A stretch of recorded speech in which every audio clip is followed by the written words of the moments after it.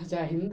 मेरा नाम एक कुमार आशीष है। आज हम क्लास 11th का ट्रिग्नोमेट्रिक फंक्शन में साइन कन्वेंशन के बारे में देखते हैं। जैसा कि तुम लोग क्लास 10th में 0 से लेकर 90 डिग्री तक पढ़ा था, आज 90 से 360 डिग्री भी सीखेंगे।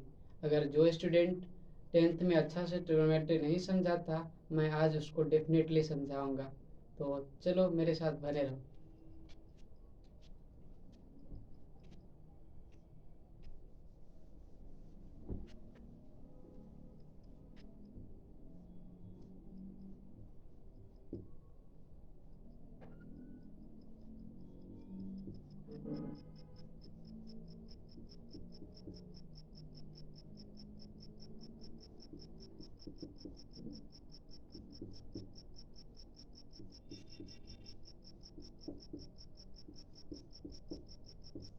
मैंने मिक्स करके वैसे ही लिखा हूँ, कैपिटल और स्मॉल।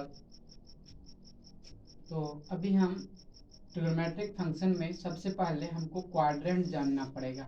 आखिर ये क्वाड्रेंट होता है क्या? जो बेसिक सब कंसेप्ट है। अब इसको एक्स एक्सिस, ये वाई एक्सिस है, और ये एक्स डैश है, और ये वाई डैश है। अब इसमें हम लोग, ये फर्स्ट क्वाड्रेंट होता है, फर्स्ट क्वाड्रेंट। ये 0 to 90 डिग्री होता है।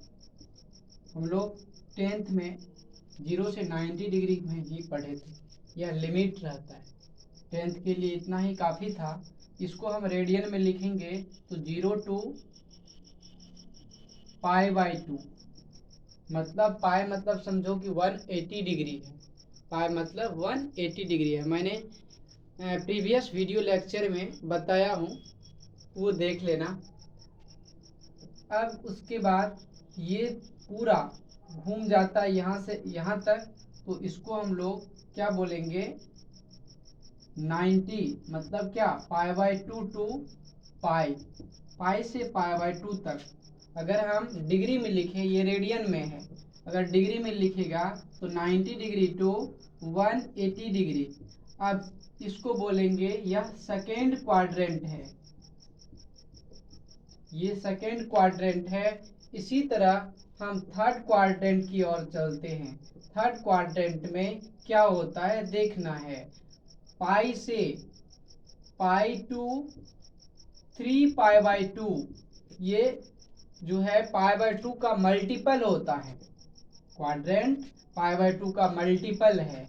देखो π/2 है, उसके बाद यहाँ पर पाई आया, फिर 3π/2 आया, मतलब π/2 को मल्टीप्लाई करते जाते हैं।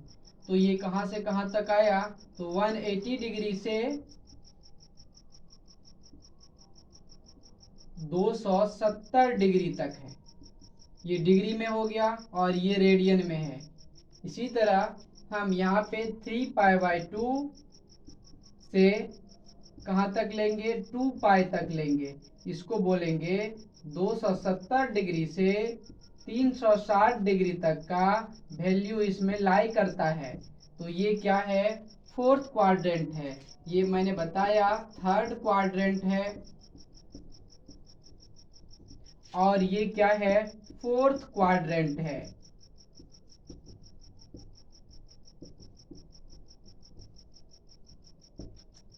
तो ऑल अबाउट क्वाड्रेंट का कंसेप्ट सबको समझ में आया। अब हम लोग देखते हैं इसी का थोड़ा ट्रिग्नोमेट्रिक फंक्शन में, ट्रिग्नोमेट्रिक रेशियो में, जैसा कि तुम लोग 90 डिग्री तक पढ़ा था। अब थोड़ा हम लोग उसके बियॉन्ड चलते हैं। हम दोनों मीडियम में वीडियो लेक्चर दूंगा। अभी थोड़ा टाइम का इशू चल रहा है, जिसके कारण मैं दोनों मीडियम में वीडियो नहीं बना पा रहा हूँ। ये x है, और ये x डैश है, और ये y है, और ये y डैश है, जैसे मैंने अभी बताया। अब देखो, इसको हम अगर 1 यूनिट लेते हैं, तुमको रेडियन मैंने बताया था, रेडियन में 1 यूनिट सर्कल में 1 यूनिट का रेडियस अगर कुछ भी लेंथ जब सबटेंड करता है, आर्क आर्क कुछ भी लेंथ को सबटेंड करेगा तो जितना लेंथ मान के चलो ये 1 यूनिट हमेशा रहेगा। अगर ये x यूनिट सबटेंड किया तो यहाँ पर जो एंगल होगा वह x होगा। क्यों? क्योंकि हम लोग पढ़े हैं theta radian equal to, radian को इससे डिनोट किया जाता है, थीटा रेडियन इक्वल टू क्या हो जाएगा, L बाई आर होता है। L का वैल्यू x, R का वैल्यू 1, तो क्या हो गया, थीटा रेडियन इक्वल टू हो गया x। अब इसको हम x बोलते हैं। अब यहाँ से मैं एक परपेंडिकुलर ड्रॉ कर लिया। अब इस पर यहाँ से यहाँ तक का लेंथ मैंने मान लिया a है और इसको b मान लिया, ये वाला लेंथ b है। तब इसका कोऑर्डिनेट क्या होगा, इस पॉइंट का कोऑर्डिनेट मान लिया मैंने ए बी है। अब ए डिफाइन कैसे होगा, बी कैसे डिफाइन होगा, हम लोग देखते हैं।